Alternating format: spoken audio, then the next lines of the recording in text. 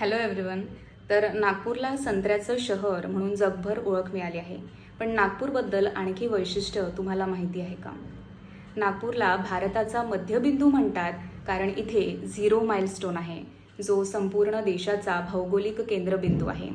British काळात सर्व अंतराचं मोजमाप या जागेवरून केलं जायचं. नागपूर हे विदर्भातील प्रमुख शहर असून ही महाराष्ट्राची उपराजधानी आहे. माननीय डॉक्टर बाबासाहेब आंबेडकर यांनी बौद्ध धर्माची दीक्षा घेतलेलं हे ऐतिहासिक ठिकाण आहे, ज्याची ओळख जागतिक पातळीवर आहे. नागपूरजवळ 100 किलोमीटर रेडियसच्या आत पेंच, ताडोबा, वोर, उमरेड, करहांडला यासारखे व्याघ्र प्रकल्प आहे आणि म्हणून नागपूरला the tiger capital of India सुद्धा म्हटलं जातं. धार्मिकरित्या बोलायचं झालं तर नागपुरातील प्रमुख देवस्थान यांचे व्लॉग्स मी तुमच्यापर्यंत पोहोचवण्याचा प्रयत्न केला आहे आणि आज आपण अशाच एका खास ठिकाणी भेट देणार आहोत.